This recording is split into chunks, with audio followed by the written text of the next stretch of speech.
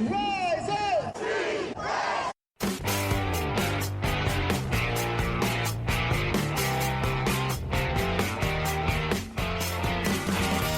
This is the Rise Up See Red podcast, all about the Arizona Cardinals and the NFL, featuring insider and outsider perspectives. Enjoy the best hour of Cardinals talk on the web. Now here are your hosts, Jess Root and Seth Cox.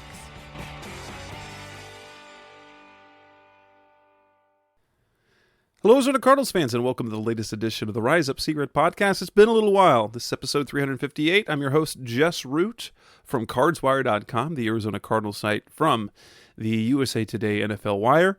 Normally, we would have Seth Cox on as the co-host. However, he is vacationing, and so we do get a treat. A special guest from us tonight, I'm recording on a Tuesday night, is Blake Murphy, contributor over at RevengeOfTheBirds.com, and also one of the host of the Revenge of the Birds podcast. So it's kind of a crossover episode like we had at one point last year. Blake, nice to have you on. We had that on hiatus a little bit because of, the slow part of the offseason, graduations, and I was out of the country, but we finally have some real kind of stuff coming out because we've wrapped up OTAs. Minicamp, mandatory minicamps began on Tuesday, and we are officially at the end of the offseason. So the Cardinals will have another practice on Wednesday, which by the time you hear this will have already happened, and then they will be off until training camp. So, well, first of all, thanks for filling in for Seth, Blake. It's a pleasure to have you on. I mean, we talk often in our group chat, in our group text that we've got, but how are things going for you?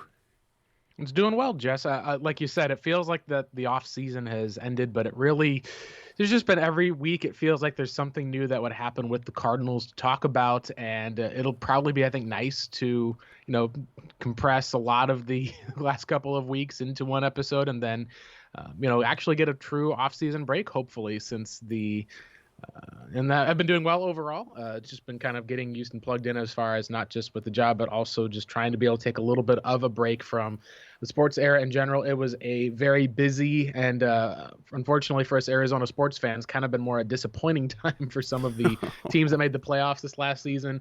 Taking a little step away from all of that, I think, is always good for the soul. Absolutely. So let's go ahead and get started with the show. What we have is kind of the wrap-up, the off-season wrap-up show, and we've got some major topics to discuss. One is that of Rodney Hudson and his absence. We're going to talk about Kyler Murray and the deal that could be coming, the deal that could be coming, the fact that he showed up to a little bit of OTAs and also for minicamp. We saw Isaiah Simmons practicing at safety. Zaven Collins made some comments that maybe raised some eyebrows, and we'll talk a little bit about moves that the Cardinals might still need to make, off-season winners and losers, and kind of address the cornerback position as well. So let's go ahead and start with Rodney Hudson. So the big news that came out of minicamp on Tuesday was the fact that Rodney Hudson was not present. And I noticed when I was there at practice, you didn't have Rodney Hudson, you didn't have Max Williams, you didn't have Zach Allen. Now, the thing that we knew, Max is rehabbing after his knee injury. Zach Allen is still recovering from ankle. He probably had ankle surgery after the season. But then Hudson was the interesting one because Cliff Kingsbury said they're working through some stuff. He was asked directly if it was excused. It is not. What's the level of concern that you have with no Rodney Hudson in mandatory minicamp? I think it starts with when you look at players and the age for the most part with Arizona, that's kind of, I think, the thing you look for with Hudson. He's an older center. You traded for a 32-year-old last season, giving up a third-round pick. I think really ultimately the thing is, at least whenever there's an issue or problem, you always want to break down, well, what's the cause? Last year, obviously, Malcolm Butler at least had a bit of a tizzy with the Cardinals, but it was, from what we can tell, that he wasn't going to necessarily be guaranteed a starting position for the team. You also look at least at how most of the other players, when they don't show up, it's contract related. Well, Rodney Hudson had gotten a nice extension. 3 years, $30 million. 3 years, $30 million. He's got a $10 million base salary this year. So you're talking at least about, it's not like that there's, pushing for more money or that it's too cheap for the most part. He's still under contract for next year, and Cardinals with the restructuring are going to push a little bit of cap money down the road. And it's not like it's a long-term, 6 or 7 year deal where he won't get to hit free agency. Like, he's at least going to be able to hit a chance at 34, 35, I think you should say, to be able to go back and to be able to, if he wants to keep playing, there are teams that are always going to be willing to do that. So when it comes down to then, is it something in his personal life, something with the team, or is it simply an area of looking at him as an older player and essentially looking at other older players the Cardinals have had? The one that comes to mind is Larry Fitzgerald, who essentially would not be on the field unless he was, for the most part, required to be, and even still would, be having excused from practice 2 or 3 days a week. I think it's probably going to be one or the other at this point. Of either maybe you look at he just had a daughter.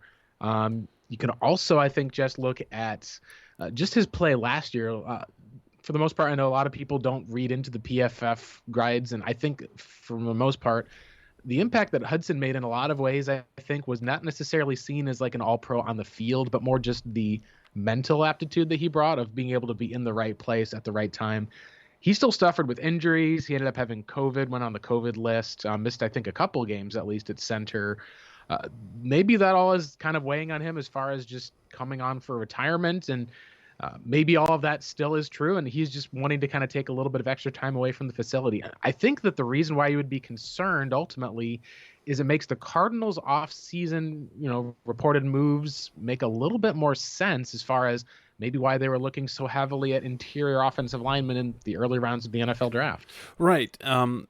So the first thing that comes, like, when I got texts from a few people, like, my gosh, is he retiring? Maybe. That might be a possibility. The other thing is, and Kelvin Beachum was on the radio today on Tuesday, and Beachum it was some comments that he made that he was taking care of his family. He just had a kid. He's also got another, so I guess he's got 2 young kids, and he's being a father, which leads me to think, so maybe he is considering retirement.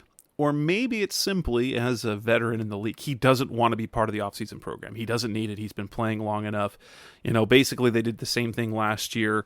If you recall, last year, players basically forced teams to cut down their offseason programs. The Cardinals were all set to have their 10 OTA practices and 3 minicamp practices. And when the NFLPA was kind of stepping in and the Cardinals, as their players came together, they condensed that down and said, okay, we're going to have 3 OTAs, and I think there's just 2 days of mini camp, and they were going to do that consecutively, and that's when they got some decent participation. It might simply be he wants to give his body more time, and it's clearly something that the team isn't thrilled about because they didn't excuse him, which means he's going to be subject to as much as up to $90,000 in fines. But since they haven't made any moves at center yet, it leads me to believe that they anticipate ultimately that he will report to camp. But it does make it more interesting that perhaps that they thought this was a possibility, because if we look back at draft night in round 1, now obviously they traded their pick for Marquise Brown. But John Gambadoro here locally reported that had they kept the pick, that their pick would have been Tyler Linderbaum, the center. And then in the second round, and through a number of sources, including their Cardinals flight plan, had they not... So it came down to 2 players in the second round.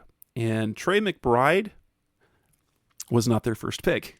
The one that they wanted was Nebraska center Cam Jurgens. And everyone around the team were like, why would they be drafting a center when they've got Rodney Hudson? It makes a lot more sense now. Kelvin Beachum made it sound like things will get sorted out in the next couple of weeks. It'd be interesting to say if they're going to sort it out in the next couple of weeks, whether that means retirement or ultimately the team's going to decide, all right, you're all good. Just come to camp healthy, and we'll go from there. And we'll have a plan for you so that you save your body, because Hudson did break down over the course of this season with the injuries and the COVID. Now, the COVID, that was just whatever, dealing with that across the team and across the league. But, yeah, I don't know what to think about that. So, aside from, let's think about this now. So if there is no Hudson, the Cardinals look highly unprepared for the coming season. We know that Billy Price was in for a workout but hasn't signed.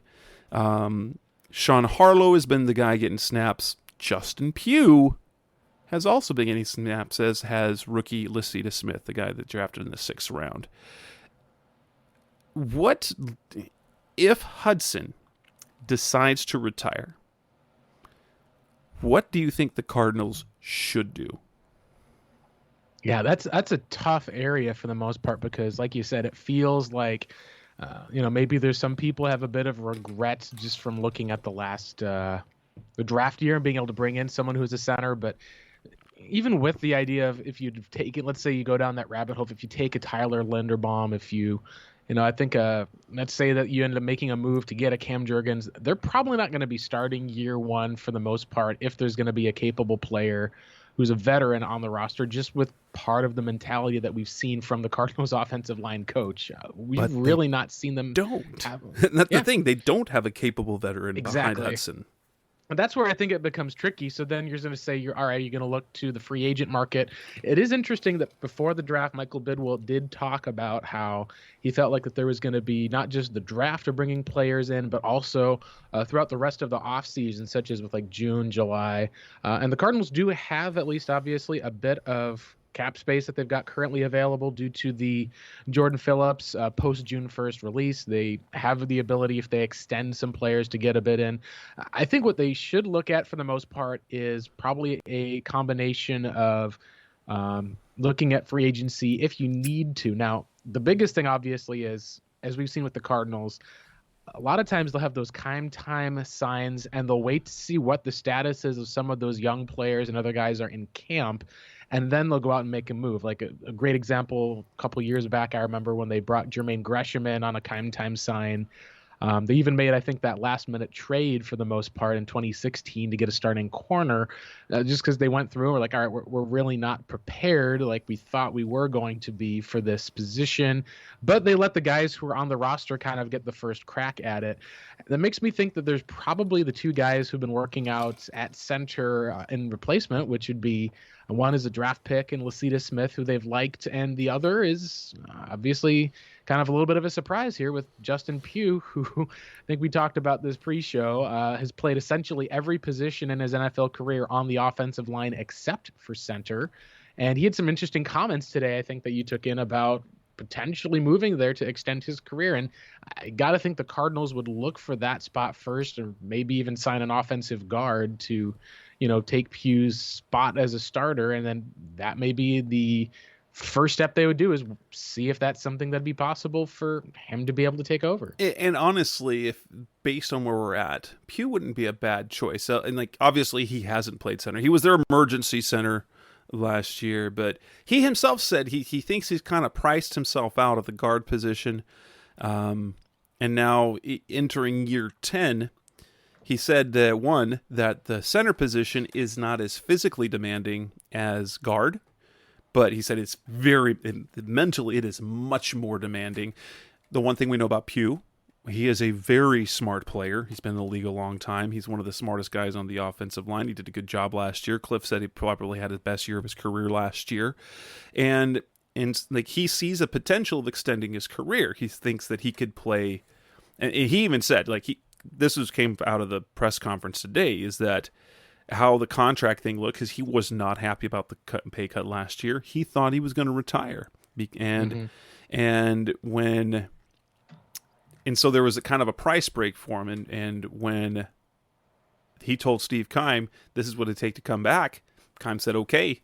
And that turned out to be, $5.5 million. Kind Because had he 7.5 cap number, I think, actually. So he's got a pretty good deal for a 1-year deal. You're talking about, right? For 32-year-old left guard, and I think he understands that he probably wouldn't have gotten that up in the open market, which is why. So this is the amount it'll take to come back, and if not, I'm happy with my career. I'll retire. But if he can extend his career a couple more years by learning to play center, I think based on if he can play center, that's the best option for the Cardinals because he knows the system. It wouldn't be someone like Billy Price coming in or another vet coming in who has to learn everything in a shortened amount of time. And the fact that you've got guys that you've got someone like Justin Murray on the bench who the Cardinals view him as a guy that they'd be comfortable starting. And so being able to slide Justin Murray into that position if need be, I think they would be okay. Obviously, it would put them in a slightly different situation in terms of depth on the offensive line, but it would then open things up for one of their younger players to go on. Like they've got Lacita Smith, and I think he's probably going to make the team based on the fact that they're working him at center right now. But that would potentially open up the door for maybe Josh Miles to come back, or even Marquise Hayes, their last draft pick, to roll in. But that would be a big blow because you recall kind of how everyone talked about Hudson, just how valuable he was to the offense, to the offensive line, to Kyler Murray. I don't know if it was a concerted effort to bring his name up. Maybe it's because he wasn't thrilled that he got traded to the Cardinals, and I don't know. But they made sure at every opportunity last year to praise Hudson for his value to that offensive line. Absolutely. And I think you could see it too in some of the games. Obviously, the injury that took place in the Niners game, the Cardinals were able to get by, were still undefeated. But I think back to the first game of the year, the Titans game, Titans had an all-out blitz. Murray credited his center in Hudson for pointing that out. They had a quick slant to Hopkins, and I believe I don't know if that went for a touchdown, but it for sure at least set it up, where it was on a clutch third down conversion, and it was just the spot of veteran center, understanding or knowing, and helping out the young quarterback where it made Kyler Murray look great. And that's, I think, the best compliment you can give about a center is if they can make their quarterback look good. That's probably the best thing you can say about an offensive lineman. And like you said, I think that the hope is that he wouldn't retire. Obviously, it was not his best season last year. He's had higher seasons before, but it's also a place, at least, we've seen the Cardinals when they've lost a guy like an A.Q. Shipley, who was kind of that stalwart guy in the middle of the field and had to pivot, and it's harder to be able to find those type of guys, and it shows why I think they were so interested in bringing a guy in even to sit for a year or two to then take over and be maybe that long-term guy for Kyler Murray. It is interesting. I think the one name that I thought was perhaps an interesting possibility was that they did meet with Billy Turner earlier in this offseason. That's, I think, news since the last time you guys had your show. 30-year-old guard. He's essentially kind of Billy Price, right? Because Billy Turner signed with. Was it Billy? Oh, that's right. Billy Turner signed. He's with the Broncos. Billy Price. So yeah, Billy Price is interesting as far as he does have experience at least in playing that role, and it's not that he's been at least great by any stretch, but he's one of the players. Here's the thing. He was supposed to be really good. Yeah. He was a former first-round pick, was taken in, and what's interesting, at least, is if you look at his type of story, he was a Cincinnati Bengal, ended up, I believe, getting either was it traded or dealt? I think it was actually no. He was traded to the Giants. So you're talking about a former Giants offensive lineman who's played different positions and really might need a kind of a fresh start. Cardinals have two other guys that are just like that on their roster already. You've got Pugh and Will Hernandez played on there right next to him. That's that familiarity. And you also Justin Pugh, who obviously was a former Giant at least, but that's always interesting, I think, as far as, it's pretty easy to be able to see if the Cardinals did decide that they wanted to sign someone like Price, who has at least that first round, I think, level and talent. See if you could at least put him with Coach Kugler and he could do a little bit of work, because that's essentially what they're banking on from this Will Hernandez signing. And maybe you then see a different look offensive line. We thought you could see, Pugh back at left guard, Hernandez at right guard, and Hudson's in the center. Maybe you end up seeing a Justin Pugh in the center. You end up bringing someone else in, at least at that guard spot, and Will Hernandez perhaps ends up being that main left guard for Kyler Murray. It's going to be interesting to see what goes on over the over the course of the summer if the Cardinals do end up signing a player before training camp, or if we end up kind of seeing them start the year and Justin Pugh is your guy, because I don't think that there's a worst case scenario option for the most part. I do feel like, though, if you're going to have to go from Justin Pugh and there is an injury that takes place, going from him to Lasita Smith, that may be the one cause for at least getting another body similar to Max Garcia in there to take over in that role, who's a veteran, if Hudson is going to retire. Absolutely. Coming on next on the Rise Up Sea Red podcast, the best hour of Cardinals talk on the web. Let's talk about Kyler Murray. He was in minicamp. He even showed up to a little bit of OTAs. What does it mean? That's coming next on Rise Up Sea Red. We're back on the Rise Up Sea Red podcast, the best hour of Cardinals talk on the web. Kyler Murray, he wasn't there for all of OTAs. He wasn't there for the first week. He wasn't there for at least for the part of last week that was open, but he did show up for part of the second week at least. And as expected, he was at mandatory minicamp, even though he doesn't have a contract.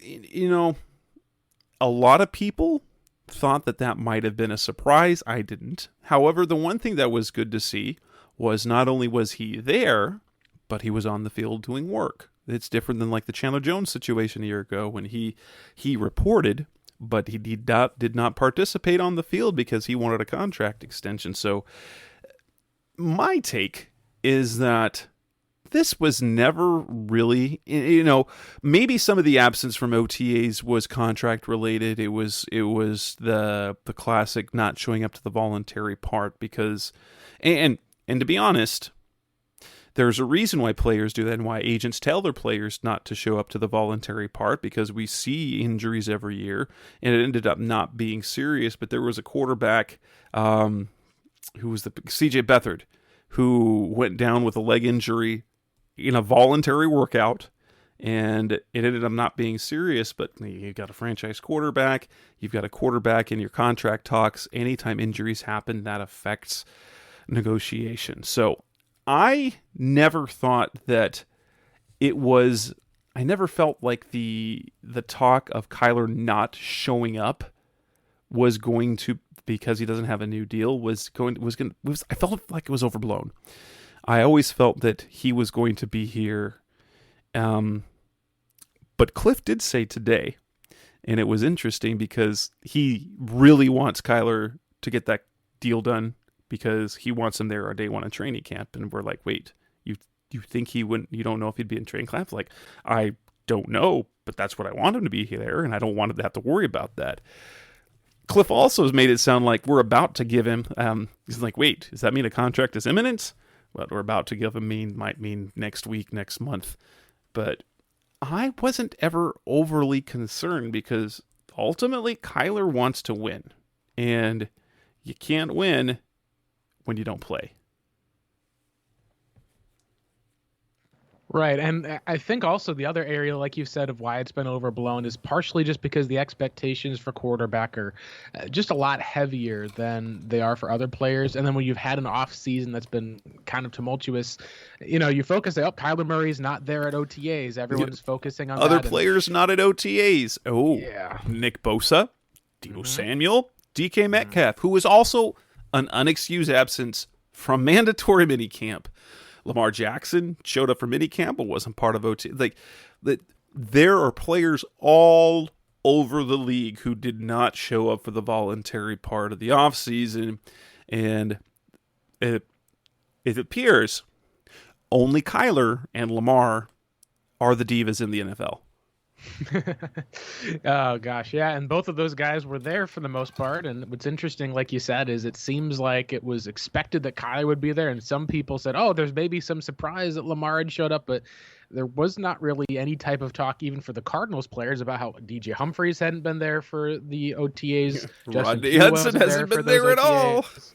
Yeah, Rodney Hudson hasn't been there at all. But even like Marquise Brown was not there, and the Cardinals had just traded for him. You'd think he'd want to be getting together with his teammates, and you find out, oh, well, he was working out with Kyler in Dallas. It's not like that they were just, sitting back there, cracking open a few beers and, getting some Twitch streams on. They were actually working out together, and that connection is going to be crucially important through the first 6 weeks to be able to get up to Absolutely. speed quick, because your offense is going to have to be able to feature that speed, knowing that, you've got AJ Green back another year. You've got Rondale Moore hopefully coming into his own. But really, that Hollywood Brown trade, that you gave up your first round pick for a guy, and part of the reason why you did is because of that connection going back to college and that relationship, and he wasn't there. So I think, like you said, a lot of the areas of just the criticism has so far been overblown. And Kyler, to his credit, he probably could be making up more of a storm about some of this. He's at least gone through with the, what's been expected of being able to go through with the team. He's definitely shown, just from, he always likes to show every year, it seems like, that there's always a new kind of Instagram photo of him getting a little bit more cut or being able to put on a bit more weight. I'll be curious, if he, is able to put on a little bit more body armor or protection, at least, for, not trying to miss some of those games. The question, as far as with the contract, it does feel like you said that right now, the way the Cardinals have talked and the way that we've seen things seem to die down from Kyler's end, it feels like it's not going to be an if, but more of a when. And I think that's kind of the area, at least, is this going to be a when, as far as, it happens, by the time this podcast comes out, or is it going to be, you get into camp, you get further to camp, you get a little bit closer to the season and preseason. And it feels kind of, in a lot of ways, that part of that is not quite known for the most part yet, because I think, at least what I interpreted Cliff's comments is he would prefer the Cardinals get it done sooner than later, just so he's not asked about it. Absolutely. Honestly, and it feels like Steve Keim is just trying not to set a precedent. I'm like, if you're going to sign your quarterback long term, why does it matter when it is? And the truth is, financially, they probably should have taken the deal that Eric Burkhart offered back in January, February, because kind of the whispers were there was like $40 million a year. He's probably looking at about $46 million per year on average now, thanks to those quarterback deals that went through. So while Steve Keim, I think part of it was just stubbornness in saying it's not time yet. We got free agency, we got the draft. Well, if you've already got a good draft of a contract that the agent gave him, let's be honest. There is no reason to not get it done earlier if it means avoiding bad press, which the Cardinals have had a lot of this offseason. I don't understand, other than, hey, everyone else did theirs in July. We're going to wait till July. Right. And a lot of this obviously goes just with how the season ended. Like, you look at halfway through the season, the Cardinals are 10-2. People are like, all right, pay the man yesterday. And then you see how the season ended. On the counterpart, the other quarterbacks who got their deals after year 3, like you think of, I think it was Jared Goff got one, Carson Wentz had one. He had been an MVP candidate. They had playoff wins. And that's the biggest difference. It's that they had playoff wins. It'll be interesting as far as the time frame. It does seem like, at least to me, I'd be curious. Kyler turns 24 at the beginning of August. Will he have a deal by then? I think will be a big question, because then you start to get into the preseason games and the rest of the season. I think that, at least at this point, I would expect that there may be something similar to, I think a couple years ago, it was Arians, Palmer, Fitzgerald. They kind of got little 1-year extensions kind of added on for the most part. And I believe they're already in camp at that point. It was just kind of more of a, like you said, it was unprecedented that Kyler would ask for a deal that early, but it also is more of a spot where the other quarterbacks, like you said, had playoff wins.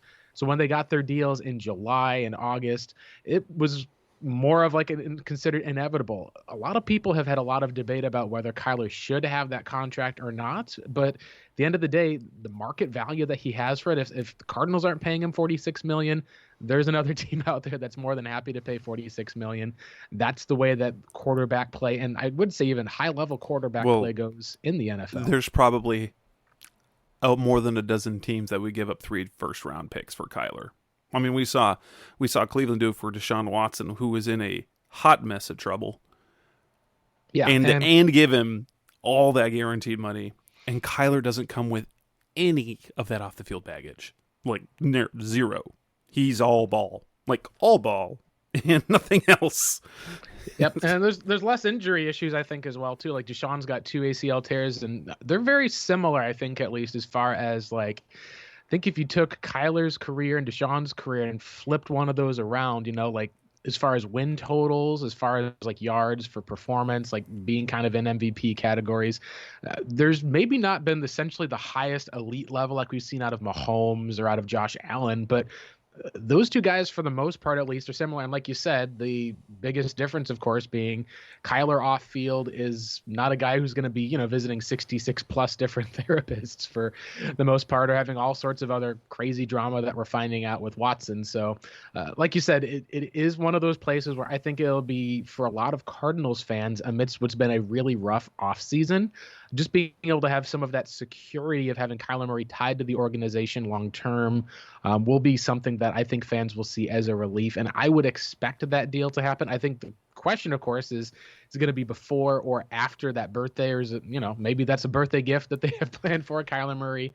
That would be kind of what I would see as kind of the date. And that would give the GM enough, I guess you could say, we didn't cave too early. We stuck to the precedent. It would at least allow both the Cardinals and Kyler to be able to come away and say that the contract and the time that it was signed was a win.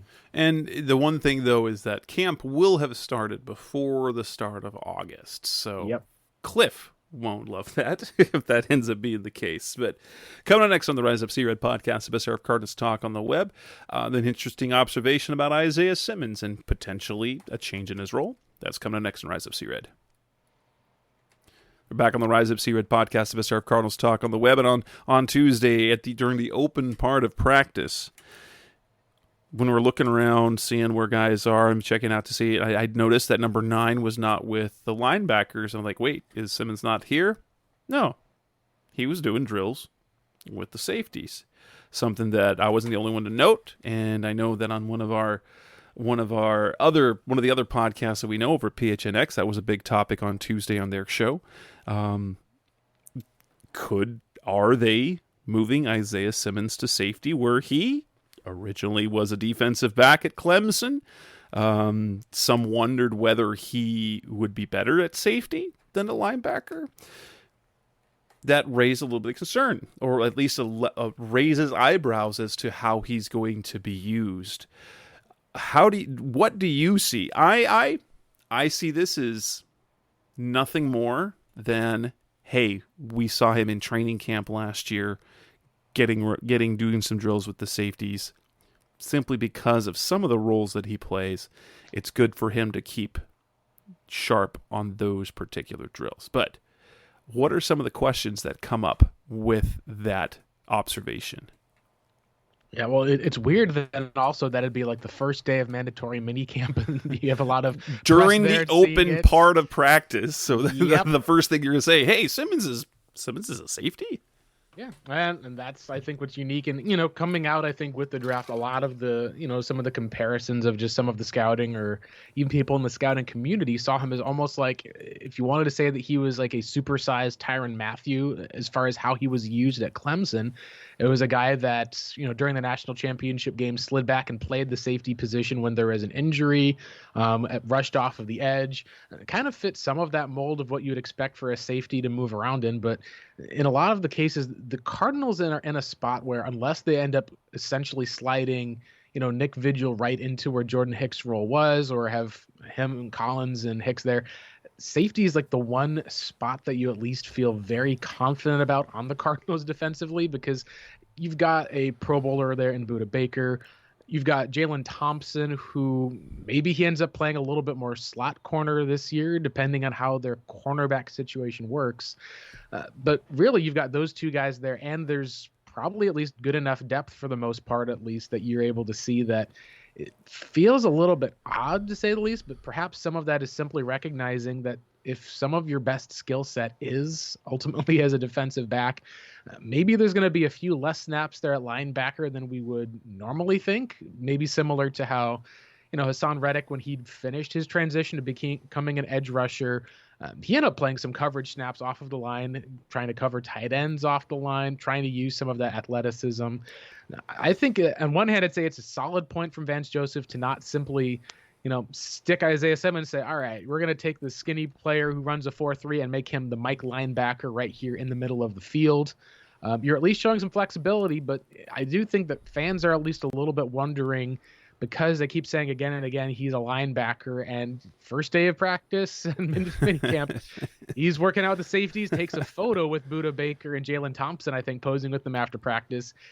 I think that you could say that it's a positive for flexibility, but in some regard, the fact that he hasn't had a consistent role to play throughout his career, I'm not sure how much of that's hurt him thus far. Maybe just being able to get him playing with the safeties one day, playing with the linebackers another, maybe that will finally be able to unlock some of the hybrid style player that the Cardinals drafted in the top 10 a few years ago, since this is very crucially important, I would say, year 3 for him to be able to not just be able to progress and to become an adequate player, but to be able to be a star and a guy that doesn't come off the field. The last time that we saw him, played 33% of the snaps in the Rams game. They had a whole lot of their backup linebacker in over him. And that's something I know that a lot of Cardinals fans are looking at. And you don't ever really want to see a guy you drafted in the top 10 in a playoff game like that just not be on the field. And maybe this is a way that the Cardinals can get him on the field more often. Yeah. Oh, and he's been used in multiple roles. So we saw him at Mo, the inside linebacker position, that they call that the Mo. We've seen them at the outside linebacker position in base downs last year, where he's playing on the edge. And I will say, while we didn't like how he looked there, the defense was really good early in the season when he played that base position. He did play a little safety last year. And he talked about himself, like he likes playing multiple position. That's what he's always done. And so he likes, and for what he wants to accomplish, he likes the different role. Like out there at the outside linebacker position, it allows him to rush the passer, which gives him the opportunity to get to the quarterback. Playing some safety allows him to play it back and get his hands on the ball more. But listening to him talk, because he addressed the media after practice, it sounded like he was definitely a linebacker, and the things that without going into detail of talking about things that I can't talk about, he looked like a linebacker to me. He was just doing drills with that. But it's interesting because I know that in our group text, there's the question, like, this would be such a Cardinals thing to do if they're preparing him to be a safety next year and letting Jalen Thompson walk. Interesting. It raises that question.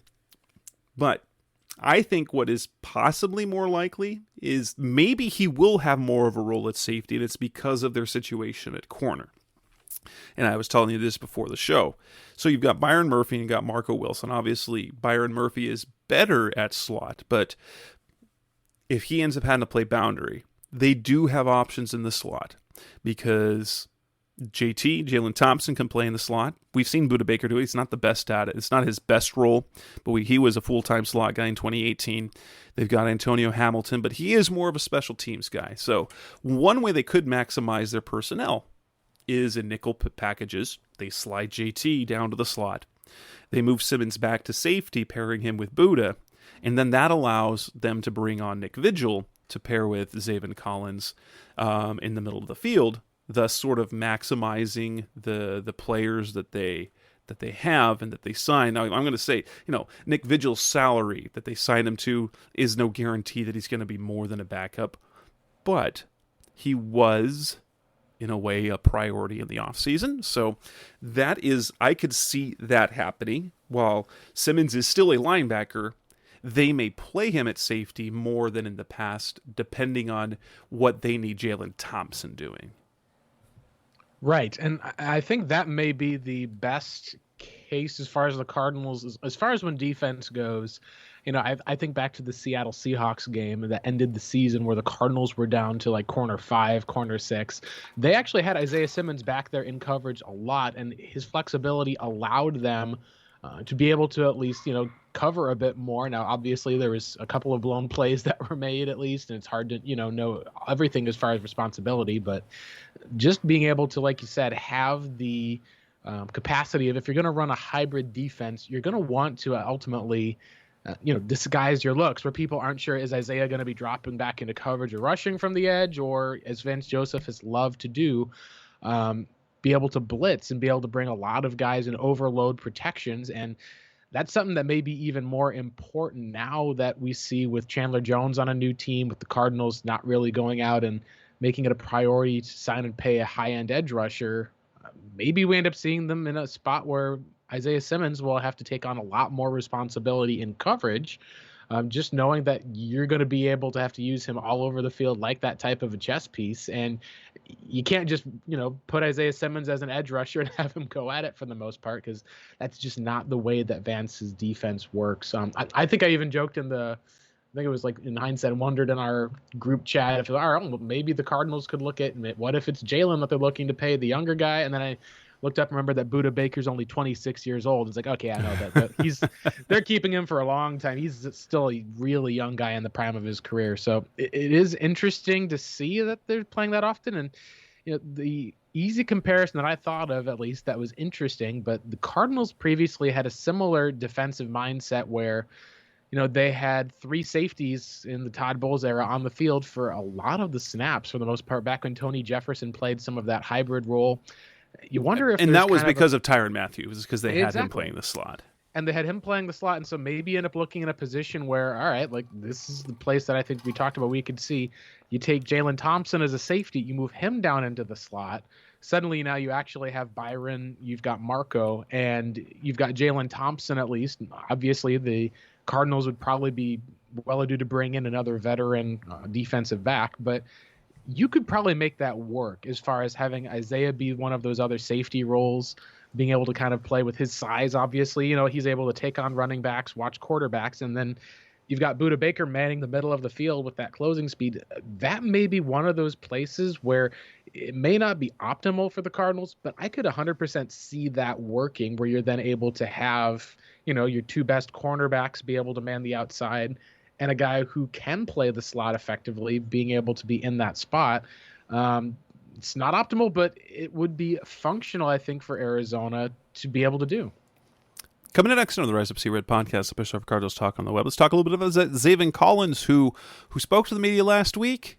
Has kind of interesting comments. That's coming next on Rise Up See Red. We're back on the Rise Up See Red podcast, the best hour of Cardinals Talk on the Web. Zaven Collins, all eyes are on the second-year linebacker, as he was drafted a year ago to be the week one starting Mike linebacker replacing Jordan Hicks, and it never happened. Jordan Hicks had a solid year. He made it so that Zaven couldn't crack the lineup, but they cut Hicks, and Hicks went on to sign with the Minnesota Vikings, and so the job is now Zaven's to lose. But he did make it sound like his role isn't set. He's obviously, I can say this, what I know, he has been working at Mike. He's been working at that Jordan Hicks position. He's been calling plays, he's been lining guys up. That was something that Isaiah talked about on Tuesday. But when Zaven said, we've been doing a lot of things, whether I'm in the middle or whether I'm somewhere in the middle, not calling it, it's kind of an interesting, because that was the role he had last year. So he ended up being the third inside linebacker, at least early in the year, and then was overtaken by Tanner Vallejo, where he was the third inside backer for particular roles, basically when they used Simmons at the Sam. And so he wasn't asked to do any play calling. Leave that comment that he basically said that it's going to come down to camp is we're doing a lot of things. Don't know exactly whether it's going to be this or this, but they'll have to go in the training camp. It raised some question because they drafted him to be a Mike. That's what he played in college, and it's casting some doubt. Is there any level of concern that you have that he's not going to be ready to fill that role this year? Yeah, I think a lot of it comes down to he was more of a raw player coming out of a small school, but he really seemed to have not just the instincts you could see in a Mike and the size especially, but there was a lot of questions coming out. People wondered, because he lined up in multiple places for Tulsa, like he had a lot of people who said they thought that he was more of a stand-up 4-3 edge rusher. And we did see, as far as last year, that he played the majority of his snaps in the box. He played a lot of snaps on special teams, but he also played about 40 to 50 or so snaps on the defensive line, and that was kind of how he ended the season, was as an edge rusher. Now, although that was COVID related, injury related more than anything else, they needed bodies because exactly. When he played, it was very little. There was still Victor Dimukeje was getting more playing time than he was there. Right, exactly, and some of that, like you said, I think comes into the first year and how it worked out. Part of the reason why I think it didn't work out as well was just with some of the injuries that he said he took on. He's a physical player. He ended up having injuries and ultimately said that he had issues in practice. He had bad practices. He didn't have good practices. They have MEs or mental errors. And if there's one thing that we've really seen with Vance Joseph as a defensive coordinator, when guys have mental errors, he just does not trust them. Like Isaiah Simmons, mental error, week 1 of that 2020 season, boom, he gets pulled and doesn't see the field for a long period of time. And there's a reason for that. And Billy Davis talked about it once on a radio interview. He said, while they want to play, you don't want to be out there and making mistakes because then you feel bad and then your teammates get mad at you. And it's really a bad situation. So if you have someone who's not making mistakes, it's better for the whole team to give that other guy the opportunity. And I know that there was I can't remember when it was, but I was reading an article that came out at some point, and the Cardinals really like Tanner Vallejo. He's smart. Mm-hmm. And there was a coverage adjustment that he and Buddha made that was slightly out of scheme, according to their keys and things and what things they did and when they saw a particular look. But Tanner Vallejo made that adjustment with Buddha to make it work. And that's something you wouldn't have gotten from Zaven. That said, I don't think there's a single Cardinals fan who wants to see Tanner Vallejo on the field this year. No, absolutely. And even just in that adjustment, like you talked about, some of that maybe is just taking some of the words and pushing it a little bit far because of the expectations. Like Budda Baker last year did call stuff for the Cardinals. Obviously, there's adjustments that went on. I think the typical idea that you have of, this one captain of the defense in the middle of the field analyzes stuff and puts guys in place, that's probably a little bit of a more archaic type of area. Obviously, if you've got that type of guy, then by all means go ahead. But being able to have players who can make different adjustments, or, if you've got different coverages on different sides of the field, there's going to be a lot of players who are going to have to be communicating or putting people in place. And I don't think you want to say, all right, we're going to take away Budda Baker and his ability to make an adjustment like that and give it to Zaven Collins completely and just not allow Budda to do what he's doing super well. And Zaven said as much that that's kind of how they had the defense set up last year, is that different players have different roles with calling things. So while Jordan, he could have called everything. By the end of last year, Jordan was looking for certain things. Vallejo was looking for certain things, and Budda was also making changes. But when it comes to lining up the front seven, you have to have your linebackers do that because they won't hear your safeties. When someone's 15 yards off the line of scrimmage, there's no way that Rashard Lawrence or J.J. Watt's going to be able to hear what Budda's calling. And so you need someone up front to do that. But Zaven did say last week that the defensive play calling was a shared duty by the end of last year between the linebackers. Right. And I think that's where ultimately what people are hoping for, I think in a lot of ways, has been more of confidence or more of being able to see that. In some case, you always want to make sure that matches the player for the most part. If Collins is a guy who's upfront and honest, and that's probably something that's good about how he's learning, or even said that he had struggles and issues last year. I think that's one of the avenues for the most part that when you're coming into year 2, and I remember this back in the day of just because a player ends up being on the field for a lot of snaps or not, it doesn't necessarily mean that, there is a success or that they knew what they were doing. I remember David Johnson coming off of an incredible rookie season, went into year 2 and is like, oh, I finally know what to do in pass protection now. And you're like, so you went an entire season essentially not knowing what you were doing in a lot of the cases, unless it was specifically pointed out. And that's, I think, the rookie learning curve. And it's part of a learning curve, I think, that just ends up going across the board. Like when you're a freshman in college, when you're, a player who's learning stuff in high school, going from JV to varsity, there's always, I think, a learning curve that comes in. And for a guy out of a small school in Tulsa who ended up being a first-round pick, I think that learning curve was a lot steeper, and probably steeper than Cardinals GM Steve Keim anticipated, because if Steve Keim doesn't make that comment, or even is so strong as to say that Jordan Hicks will not get a chance to compete for that job, I don't think people are batting an eye for the most part about with what Collins having, a typical rookie season last year. I think that the expectations that were set for him were just a little bit too high for ultimately maybe what he was capable of doing in that moment. Coming up next on the Rise Up Seaward podcast, the best hour of Cardinals talk on the web. Let's close out the show and kind of cover a number of things. Winners and losers in the offseason for the Cardinals. Moves that they still need to make. What do they need to do at cornerback? That's coming up next on Rise Up Seaward. We're back on the Rise Up Seaward podcast, the best hour of Cardinals talk on the web. It's an interesting thing because I will say this, as opposed to Steve Wilkes and Bruce Arians, Cliff Kingsbury has never been one to really openly praise individual players, and he definitely doesn't criticize them publicly. However, one player stands out as Cliff, not being asked specifically about this player, has given 3 times in the last week and a half very high praise to Eno Benjamin for the way he's come to the offseason. Even today, he even said he looks like a starting running back. I cannot think, considering Cliff didn't know if he was going to make the team his rookie year. He did some nice things last year, and I'm almost ready to buy the hype. I'm almost ready to buy it because guess what? Cardinals fans love Eno. He comes already with a fan base because he played at Arizona State. He was a pretty good player at ASU.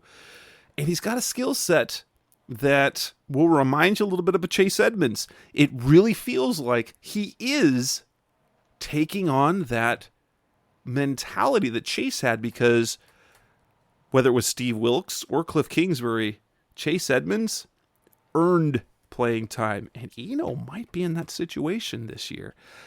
And I'm very excited to see it. They still brought in Darrell Williams, and I'm very interested to see, because I wasn't, even as a couple of weeks ago when I did my 53-man projection, like 53-man roster projection in June, or May and June, it's ridiculous. Yes, it is.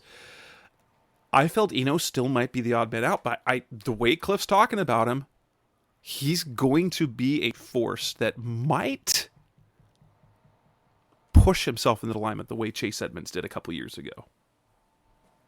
Right, and that's one of the things that, like you said, was when the Cardinals drafted, Keontae Ingram in the 6th round, a lot of people looked at James Conner as the starter and looked past it and were like, all right, he's a big back, he can catch passes, and Eno is a 7th-round pick who didn't play a whole lot. Maybe this is going to be the move, but to be able to see that, and I think this is something that you can give Arizona State fans credit of being able to see some of not just the tenacity, the work ethic, some of what I think Eno has done ultimately is put himself in a position where the coach is sharing about him, and it's not like he's being asked about him, like you said.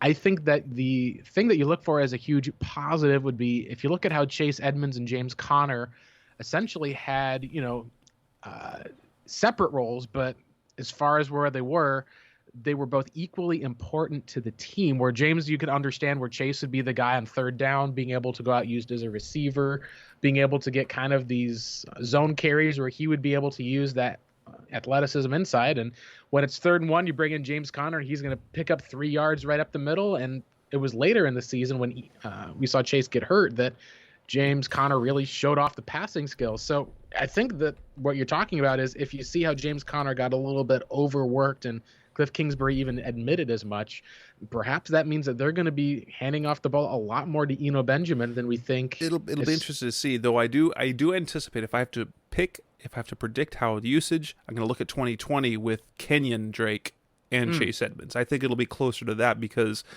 last year Chase was the guy and James was the guy. Entering this year, James is definitely the guy the way Kenyon came in, and Chase kind of built his role little by little over the course of the year. Right. And James, even I think, like you said, he kind of ended up earning that spot for the most part, where Cardinals fans were like, all right, here's your big back. You're going to sign your change of pace. And he made himself an invaluable part of the offense right from the get-go. So it's encouraging to hear, that Eno Benjamin may be kind of taking that step forward, similar to how, like you said, Chase Edmonds, he was drafted in 2018 by the Cardinals. And in 2020, that was kind of when he showed off and was able to be that type of a, dynamic player that essentially got the reins for the Cardinals job in 2021. If Eno's able to mimic that in year 3, this may be a fun season for Cardinals fans who, like me, were very delighted when the Cardinals did draft him with their last pick in the 2020 NFL draft, just knowing the type of player that you were getting, that you saw just up the road in Tempe between the lines pretty much every Saturday. Yeah, absolutely. Do you see, like, from what we've heard, now granted, it's harder now. I will say this, it is harder to get standouts because OTAs and minicamp look different than they did 3 years ago.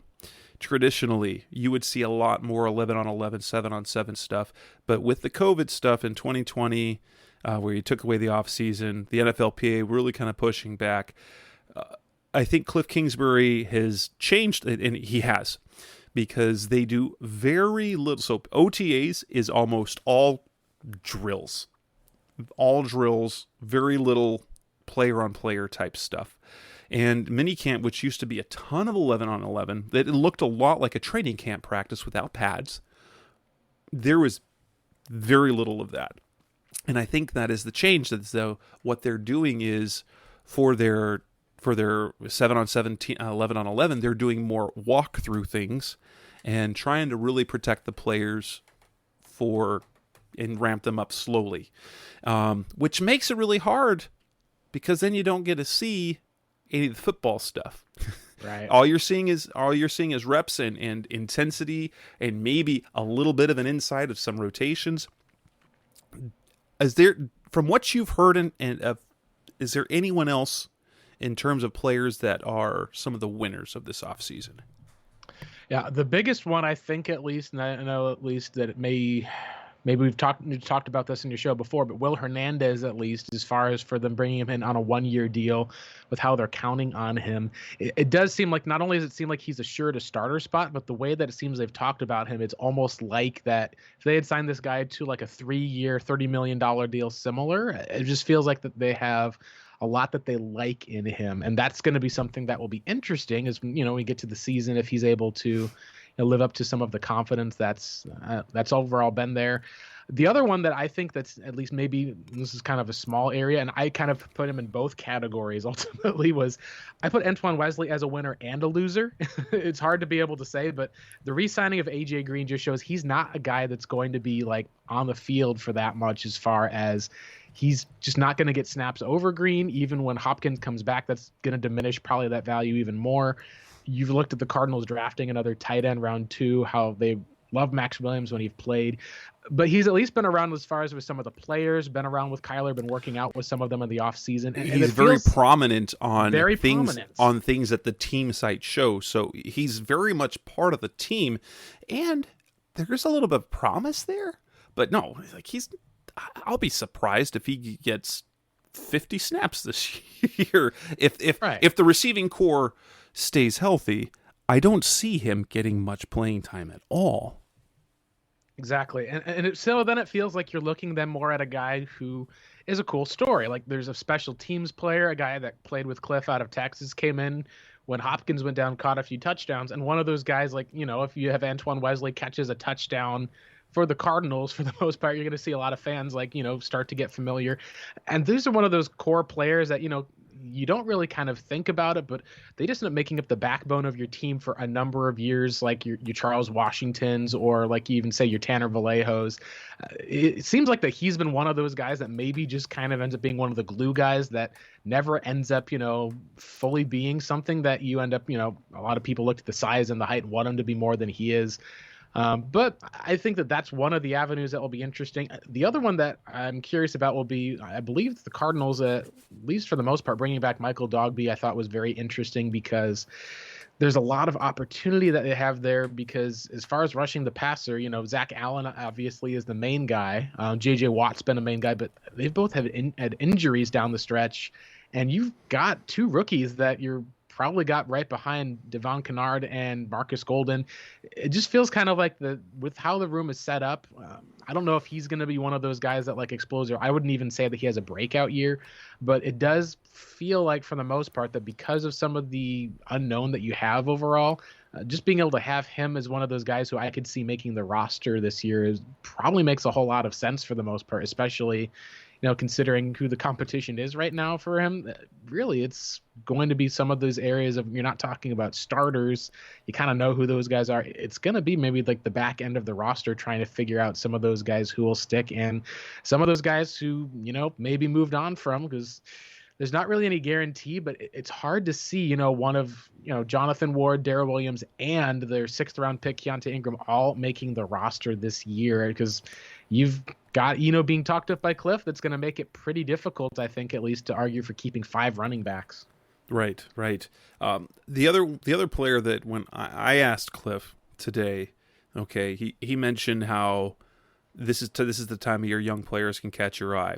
Obviously, Eno has caught his eye. Asked if there's anyone else. He mentioned Rondale Moore, and maybe this was simply because he didn't want to talk up any of the other younger players yet. But he's liked what he's seen from Rondale this offseason in terms of an expanded role where he's going to be running down the field more. Like some of the stats that we saw from last year, like his average depth of target was ridiculous. Wasn't it like negative? So behind the line of scrimmage was the average spot where he got his receptions last year, and he had 54 catches, so he got the ball a pretty decent amount, but it was all behind the line of scrimmage. We're going to see a lot more of that. We're going to see a lot less of that and a lot more of Rondale doing other things, kind of playing exactly what Christian Kirk did in the type of routes that he ran. In terms of the losers of the offseason, and I wouldn't consider him a loser just in public persona. I think if there's one person this offseason that has taken a hit, it is Kyler Murray, and it's unfair, honestly, because of the type of things that are because he doesn't act like the quarterbacks. He doesn't act like Carson Palmer. He doesn't act like Kurt Warner. But because of because of how the season ended, because of that absolutely atrocious report that came out of the front office, and then what his agent did, has really, sadly, soured many fans on this young quarterback who is already a top 3 quarterback in franchise history, pretty much. Right. And it's been one of the things of, you never like to have these types of contract disputes, and you especially don't like to see them at the quarterback position. Fortunately, I think the Cardinals are in a spot of, like you've talked about, of you see how Kyler wants to win, about how he's there with teammates working out. Also, I think what's interesting is seeing, some of the, being more involved around going like to teammate events or having other places. It just kind of feels like, there was some distance that had been there before that, guys like Chandler Jones were trying to make up for in some regard. And at least it feels like, for the most part, that it's that perception that's always going to dig back into, where people will, if Kyler Murray goes out, it has a 3 interception game. So there's going to be memes that people post of like a Kyler Murray, ransom letter or something like that has like a new format in there or something. And it's the way that it's going to be for the most part. And that's, I think, one of the things that you have to do. Speaking, though, of Rondale, I didn't want to get too far away into the losers category, but I did have someone who was like involved in the coaching area for the most part, who, coached in college, did in high school. Unburdened did bring up an interesting story about Rondale Moore from their experience. He talked about it at least and said, hey, talked to a coach about him who was a coach at Purdue for the most part, said, how good is Rondale for the most part? And it's like, all right, this guy was the best receiver on the team the day he arrived on campus, was a hard worker, doesn't have other types of distractions for the most part or off-field stories. Had a whole thing where he talked about how Rondale was the star of the game against that Ohio State victory where he had 200-plus yards. And the coach said, hey, he texted me after midnight and said, Coach, I noticed in the third quarter that this block I didn't do as well at for the most part. If I change this technique or angle, I'll do better next time. So, like, you're picturing that idea of a player for the most part who just had, 200 plus yards as a freshman, helped get the school to one of their biggest wins in school history, and is seeking to get better on a block. So it's not like, oh, I dropped this ball, or, oh man, I should have run this route. It's, I didn't do well on blocking this guy. So that's, I think, that mentality that really, I think, shows that a lot of Cardinals fans, I think, are really hoping that Rondale will be able to take that next step. And some of that will be, hopefully you see some of that downfield usage, and we'll probably get a lot better idea in training camp as far as, are they going to see, two guys used for some of the jet sweeps and you can mix and match, or you're going to see Rondale or Hollywood even slide right into kind of that Christian Kirk slot role. It's going to be interesting. You feel ultimately that injuries hurt him, and that you feel like that as a kid and as a person, you think that he's a special guy. Your hope obviously is that he develops into a special player, and it's good to hear that Cliff's talking him up in this offseason. Positions of concern entering the summer. Obviously, we didn't have a show in the last 3 weeks, and so we didn't get to address cornerback Jeff Gladney and his tragic death. I think enough time has passed that we can now start to talk about replacements. But, oh my gosh, the news, when I heard it, it was, you're like, no. And two, like how bad that was for a 25-year-old. But then just the unfortunate way the Cardinals, for the second year in a row, the free agent that they were counting on at cornerback to be a starter doesn't make it to the team. And aside from that's the football side, obviously it's a tragedy for anyone who knows Jeff, the Cardinals players who briefly knew him. Jalen Reagor, I know, was really broken about, former teammate at TCU. Mm-hmm. Had a nice service with a bunch of Vikings. I think I saw, a purple casket that really kind of gave it a nice touch as he spent the one season with Minnesota before he had the TCU is where that came from too, because he was a Horned Frog. That's true. Purple. So That's it was true. It was a they went both ways connection. Yeah, they went both ways. So that was a nice touch. But it does leave the Cardinals in a bit of a lurch now. I mean, you couldn't foresee that happening, and they were really excited about him. Interesting. Vance Joseph had kind of said what his role. He was going to be Robert Alford because he was going to be their third corner, coming in nickel. That didn't mean he would have played in the slot. He could.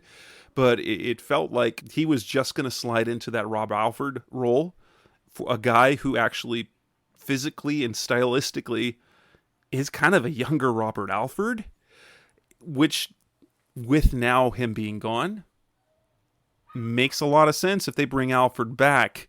Although there are a number of other older cornerbacks that they could address. If there's one position I would be shocked if they don't address, they're going to have to address cornerback. I'd like to see them do something at outside linebacker, but I have no idea if that's going to actually happen. Right. It feels like, at least, and I kind of lean back to the 2015 season at linebacker for kind of rushing the edge. If the Cardinals were in it, they could make a trade or be able to bring someone in. We saw the Rams do the exact same thing with giving up a pick and getting a Super Bowl with Von Miller for the most part. But it does kind of just feel like it's another one of these type of tragic deaths that we've already had going on in the offseason. I'm glad he's 25 years old and leaves behind a son, and I don't want to avoid or kind of just focus only on the football portion of that, because it's just, there's a lot of pain that comes up. It's just sad. And it's even more sad, like you said, as Vance can even say, it's not like they brought him in to be a guy that's just like as a side player or something. It's like they wanted him to be a featured part of the defense and had him on a 2-year deal. And it puts the Cardinals in a bit of an area where now you're looking at, whether it's extensions or not, they at least had a plan in place. And we're hoping to have a plan in place for the most part. If they weren't able to, afford Byron Murphy similar to a Christian Kirk extension, you at least, all right, well, cool, we've got this guy here that's a former first rounder. And it does, like you said, put them in a bit of a lurch, because there's not a lot of bodies that are out there at this point that They're are all similar. question marks. All question marks. They also, even when you talk about the Malcolm Butler signing, it was early enough in the offseason that they had cap room. They assigned it. They had already checked that box with Gladney, and that was why they didn't pursue like a Malcolm Butler type later in the year. So it really does kind of end up feeling like it's a spot where, you'll see how it goes. Alford, I think, makes a ton of sense.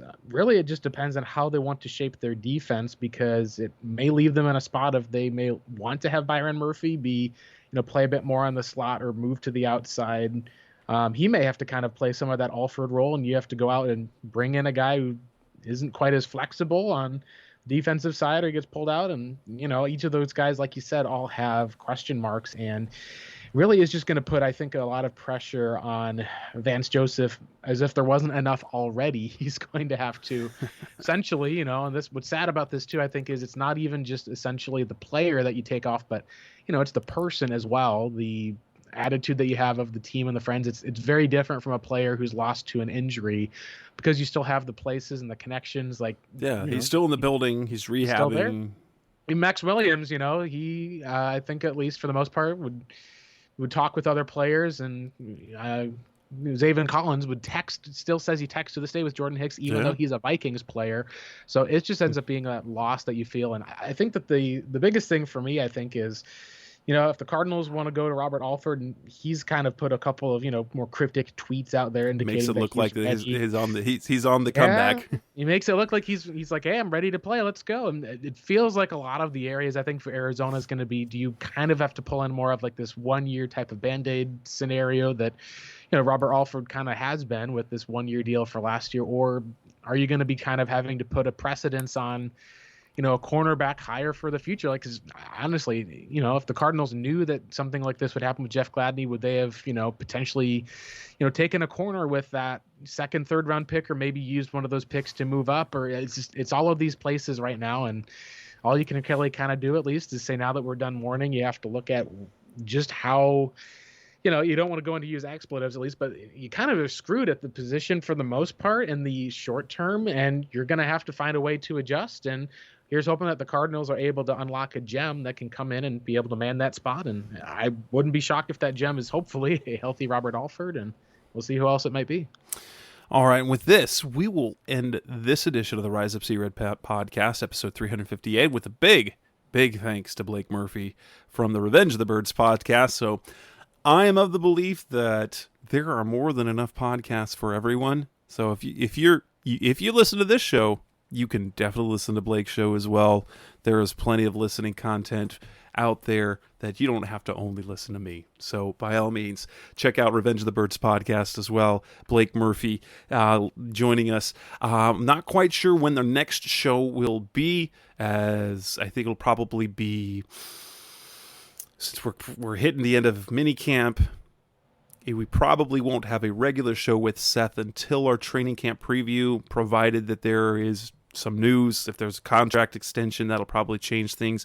But our next shows will probably, in the weeks to come, will be our opponent preview shows, as I will get those lined up over the next few weeks, where the Cardinals opponents, I will do a segment, I will do a part of a show with one of the writers that covers those teams, something I've done the last couple of years. I really enjoy the episodes, but those are probably the next shows that you will have. And the next time we hear from Seth probably will be our training camp preview, unless there's news before that. Again, that's Blake Murphy stepping in for Seth Cox. I'm Jess Root.